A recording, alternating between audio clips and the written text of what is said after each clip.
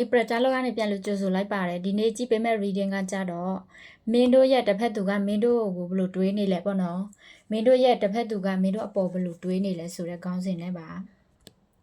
မင်းတို့ရဲ့တစ်ဖက်သူကမင်းတို့အပေါ်ကိုဘယ်လိုတွေးနေလဲဒီမှာလာပြီးတော့နားထောင်နေတဲ့ client တွေက client ရဲ့အပေါ်ကိုတစ်ဖက်သူကဘယ်လိုမျိုးတွေးနေလဲဆိုတာဒီတစ်ချက်လေးကြည့်ပေးမယ်နော်ဒါဆိုလို့ရှိရင်ကိုတွေးနေတဲ့သူတရားကိုမျက်လုံးထဲမှာမြင်အောင်ကြည့်လိုက်ပါသူ့နာမည်ကိုခေါ်တာပဲဖြစ်ဖြစ်စိတ်ထဲမှာမှတ်ထားပြီးသူ့နာမည်ကိုရွတ်ဆိုတာပဲဖြစ်ဖြစ်လုပ်လို့ရပါတယ်ဒီသူနဲ့ပတ်သက်ပြီးတော့သူကိုဘယ်လိုများကိုပေါ်ဘယ်လိုများတွေးနေလဲ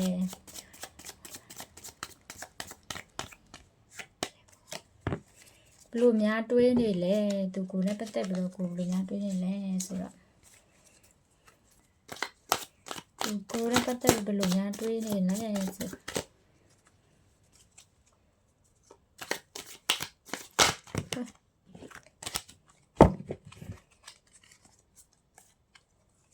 ကိုယ်နဲ့ပတ်သက်ပြီးသူဘယ်လိုများတွေးနေလဲကိုယ်နဲ့ပတ်သက်ပြီးဘယ်လိုများတွေးနေလဲကိုယ်နဲ့ပတ်သက်ပြီးတော့များဘယ်လိုများတွေးနေတယ်လဲ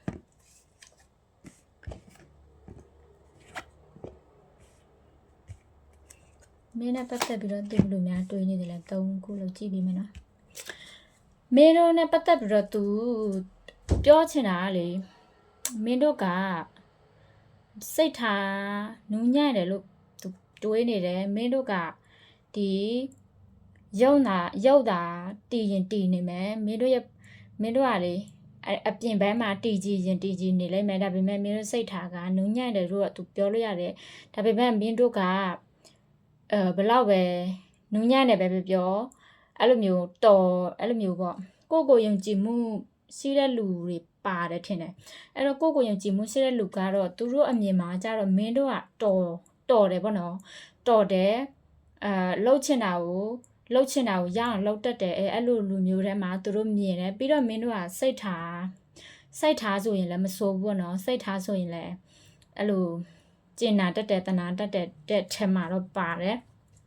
ပြီးတော့မင်းတို့ကအရန်ကြီးမပွင့်လင်းဘူးလို့သူမြင်သေးတယ်မင်းတို့ကဖုံးကွယ်ထားတတ်တယ်လို့တော့သူမြင်တယ်ကိုခံစားချက်ကိုလည်းကိုပွင့်လင်းထုတ်ပြောတတ်တာမျိုးမရှိဘူးလို့သူမြင်တယ်ပေါ့နော်မယုံကြည်ဘူးဆိုလို့ရှိရင်တိတ်ထုတ်မပြောဘူးပေါ့အဲ့လိုမျိုးတော့သူမင်းတို့မြင်တယ်ပြီးတော့တခုကကြတော့မင်းတို့ကလေတန်ပင်လို့ကောင်းတဲ့လူတွေထဲမှာလို့ပါတယ်သူရဲ့အမြင်ပဲမင်းတို့ကတန်ပင်လို့ကောင်းတဲ့ထဲမှာပါတယ်အနာဂတ်ကိုလည်းရေးစေပလန်နဲ့ချပြီးတော့တွဲရေးစေပလန်ချပြီးတော့သွားတက်တဲ့လူမျိုးကိုဘဝကိုအဲ့လိုမျိုးဘဝလို့သတ်မှတ်ပြီးတော့တကယ် serious ဘဝ serious ပျော်ပဲမနေဘဲနဲ့ serious သွားနေတာမျိုးပေါ့နော်အဓိကနဲ့တမညခွဲတတ်တယ်အဓိကဘလို့ဘလို့ရင်ဆိုင်ရမလဲဖြတ်တန်ရမလဲဆိုတာမင်းတို့ကဆွဲ plan တွေပါစီးတဲ့ထဲမှာတော့သူမြင်တယ်ပြီးတော့တခုကကြမင်းတို့ကစိတ်အတက်ကြလည်းများတဲ့ထဲမှာပါတယ်သူရဲ့အမြင်မှာကြတော့လေမင်းတို့ကစိတ်အတက်ကြလည်းများတယ်ပြီးတော့အတွေးလည်းများတဲ့ထဲမှာပါတယ်ခဏနေကြလဲစိတ်ရတဲလိုက်ခဏနေကြလဲအဲ့လိုမျိုးဘယ်လိုပြောမလဲစိတ်ရပြန်ကြားလိုက်စူးစမ်းလိုက်ပြန်ပြီးတော့ဖြစ်လိုက်နဲ့သူ့အမြင်ထဲမှာပေါ့နော်သူကမင်းတို့နဲ့ခင်တာကြပြီးဖြစ်တဲ့လူတွေထဲမှာပါတယ်ပေါ့နော်သူကတစ်ဖက်လူကမင်းတို့နဲ့ခင်တာကြပြီဆိုတဲ့ထဲမှာတော့ပါတယ်မင်းတို့အကြောင်းအများကြီးသိနေတယ်မင်းတို့ကဘယ်လိုပုံစံမျိုးလဲအစမြင်နေတယ်ပေါ့နော်ပြီးတော့မင်းတို့ကစိတ်အတက်ကြမြန်တယ်ပေါ့နော်အရင်ခံစားချက်ကိုပွင့်လင်းထုတ်ဖော်ပြောတတ်တဲ့ထဲမှာမပါတော့သူကကြတော့အဲ့လိုမျိုးတွေမြင်နေတာပေါ့နော်ဒါဆိုလို့ရှိရင်သူမင်းတို့ပြောချင်နေတဲ့စကားကဘာလဲပေါ့သူမင်းတို့ကိုပြောချင်နေတဲ့သူရဲ့စကားပါလေသူမင်းတို့ဘာပြောချင်လဲပေါ့နော်သူမင်းတို့ကိုပြောချင်နေတဲ့စကားခုလက်စီသူမင်းတို့ကိုပြောချင်တဲ့စကားပါခုလက်စီသူမင်းတို့ပြောချင်တဲ့စကားပါလေခုလက်စီသူမင်းတို့ပြောချင်တဲ့စကားပါလေခုလက်စီသူမင်းတို့ပြောချင်နေတဲ့စကားပါလေခုလက်စီသူမင်းတို့ပြောချင်တဲ့စကားပါလေဆိုရင်တော့သူကိုခယူးဆိုင်ပါတဲ့ကိုလက်စီသူပြောချင်နေတာတော့မင်းတို့ခယူးဆိုင်စေချင်တယ်ပြီးတော့မင်းတို့ကိုတိုက်ခိုက်နေတဲ့လူတွေစောင့်ကြည့်နေတဲ့လူတွေလည်းရှိတယ်ဒါမှမဟုတ်သူကမင်းတို့ကိုလည်းစောင့်ကြည့်နေတာမျိုးတွေတွေ့ရပါဘောနော် ခုလက်စီသူပြောချင်နေတဲ့စကားကြလေကိုကိုခယူးဆိုင်ပါကိုကိုအဲ့လိုမျိုးပြန်ကြည့်ပါပေါ့ထိတ်ခဲလို့ပါကိုကကိုအဲ့လိုမျိုးစိတ်တဲ့ကြတွေများပြီးတော့အဲ့လိုမျိုးစိတ်ဖိစီးမှုတွေများပြီးတော့စိတ်မစင်ကြဲနဲ့ပေါ့အဲ့လိုမျိုးတွေပြီးတော့ညဆိုလဲအတွေးတွေများပြီးတော့တခါတလေကြတော့အဲ့လိုမျိုးတွေဖြစ်နေတာတယ်ပြီးတော့မင်းတို့ကိုသူကကိုခယူဆိုင်ကိုကြည့်ကိုလာအောင်နေကိုအဲ့လိုမျိုးပေါ့ကိုလိုချင်တဲ့ပန်းတန်ရောက်အောင်သွားလို့သူကပြောချင်နေတယ်မင်းတို့ဗာဖြစ်ချင်နေတယ်ဆိုတာကိုသူကမင်းတို့ကိုအဲ့လိုမျိုးစိတ်ဓာတ်ခွန်အားဖြစ်အဲ့လိုမျိုးပြောတဲ့လူပြောချင်နေတယ်ပေါ့နော်ပြီးတော့မင်းတို့တချို့ကြတော့လေဒီမင်းတို့ရဲ့ဘယ်လိုပြောမလဲအနောက်ဆက်တွေကအစသူကအဲ့လိုမျိုးမင်းတို့အတွက်ဆိုသူမင်းတို့စီမှာစီးတဲ့အနောက်ဆက်မှန်တယ်များသူကအဲ့လိုမျိုးအကုန်လုံးထုတ်ပြစ်ချင်တာမျိုးတွေရှိတယ်ပေါ့နော်ဘယ်လိုပြောမလဲမင်းတို့စီမှာလာနေတဲ့အနောက်ဆက်တွေအကုန်လုံးသူကအဲ့လိုမျိုးမင်းတို့စီကနေဆွဲထုတ်ချင်တယ်မင်းတို့ကူညီချင်တာမျိုးပေါ့နော်ဒါကြောင့်မလို့ပြီးတော့မင်းတို့လည်းပြန်ကြည့်ပါလို့သူကပြောချင်တယ်ကိုထိတ်ခဲလို့ပါပြီးတော့ကိုပြန်ကြည့်ပါလို့သူကပြောချင်နေတာမျိုးတွေလည်းတွေ့ရနော်အဲဆိုလို့ရှိရင်မင်းတို့ရဲ့တစ်ဖက်သူရဲ့ပုံစံတခြားတော့ဆွဲကြည့်မနော်ဘယ်သူများဖြစ်နေမလဲသူရဲ့ပုံစံကိုတကယ်လို့ကြလေသူရဲ့ပုံစံမြင်လို့ချင်းကိုအသိမှာပေါ့နော်ဘယ်သူပဲဝါလဲဆိုတာနော်တစ်ဖက်သူက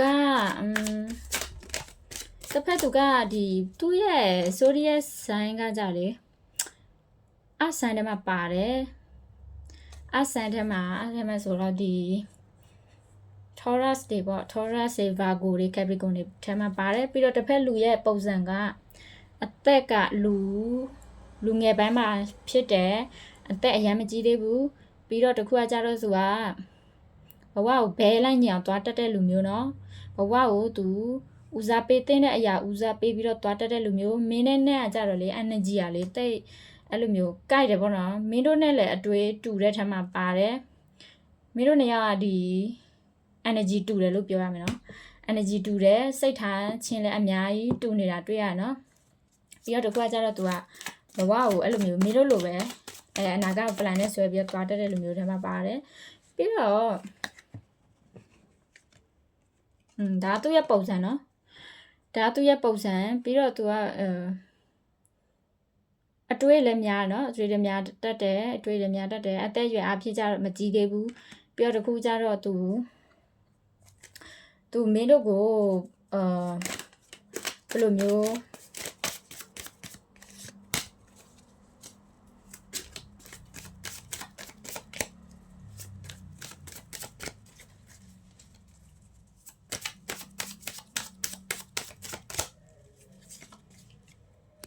သူမင်းတို့ကိုပြောချင်နေတာကဘာလဲဆိုတာကြည့်ပြီးမယ်၃ခုလောက်ဆက်ပြီးမယ်သူမင်းတို့ပြောချင်နေတဲ့စကားသူမင်းတို့ပြောချင်နေတဲ့စကားဘာလဲသူမင်းတို့ပြောချင်နေတဲ့အရာတွေကဘာလဲသူမင်းတို့ပြောချင်တဲ့အရာတွေကဘာလဲမင်းစီကိုအမြန်လေးလာချင်တာမျိုးတွေ့ရတယ်သူမင်းကိုပြောချင်နေတဲ့စကားကကြသူမင်းနဲ့အမြန်ဆုံးနှိစချင်တယ်အမြန်ဆုံးတွေ့ချင်တယ်လို့တွေ့ရတယ်ပြီးတော့မင်းစီကိုလည်းလာချင်တယ်မင်းကိုလွမ်းတယ်တတိရတယ်မင်းကိုအဲ့လိုမျိုးဖြစ်နိုင်သူအပြေးလေးလွှာချင်တာမျိုးလည်းတွေ့ရနော်အပြေးတွေ့ချင်တာမျိုးလည်းတွေ့ရတယ်ပြီးတော့ကြောက်လေအဲ့လိုမျိုးပေါ့အတွေးမင်းတို့အပေါ်လည်းအတွေးအရင်များတယ်မင်းတို့လည်းညရန်တတိယနေတယ်မင်းတို့ခုချက်ချင်းထပြီးတော့ပြေးတွေ့ချင်တာမျိုးတွေ့ရဒါပေမဲ့အခုလက်ရှိမှာတော့မတွေ့မလာဖြစ်သေးတာမျိုးလည်းတွေ့ရတယ်နော်ပြီးတော့တခုကကြတော့သူမင်းတို့ပြောချင်နေတာကြတော့သူမင်းတို့ကြိုက်တယ်တဲ့သူမင်းကိုချစ်တယ်တဲ့ပြောချင်တာနော်အဲ့လိုမျိုးမင်းတို့နဲ့ဒီ Maria Light ထိသွားချင်တယ်မင်းတို့နဲ့ဒီ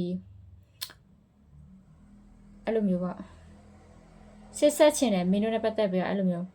ဟိုအနာဂတ် plan တွေဆွဲပြီးတော့မင်းတို့နဲ့ဒီအိမ်တောင် အိမ်တောင်ကြားတဲ့အထိသွားချင်တာမျိုးပေါ့အဲ့လိုမျိုးဒီရှိတယ်မင်းတို့သူပြောချင်တာပေါ့နော်ဒါပေမဲ့အခုလောလောဆယ်မှာမင်းတို့အရန်ပဲတတိရတယ်အရန်လွမ်းတယ်တခါတည်းကြားလဲအပြေးလေးလာချင်နေမိတယ်ဒါပေမဲ့ तू ပြောချင်နေတာကြတော့မင်းကိုကြိုက်တယ်ပေါ့နော်အဲ့ဒါတွေပါတယ်ပါလာတယ်ပြီးတော့မင်းကိုချစ်တယ်ဆိုတဲ့စကားတွေလည်းပါလာတယ်နော်ဒါကဘသူရဲ့ energy တွေလဲနော်ကိုမင်းတို့ဒီလာကြည့်နေတဲ့သူတွေ energy ကန့်ညီနေပါစေနော်ပြီးတော့ဒီကိုရဲ့ personal reading မေးချင်တယ်ဆိုလို့ရှိရင်လည်းဒီလာမေးလို့ရပါတယ်ရှင်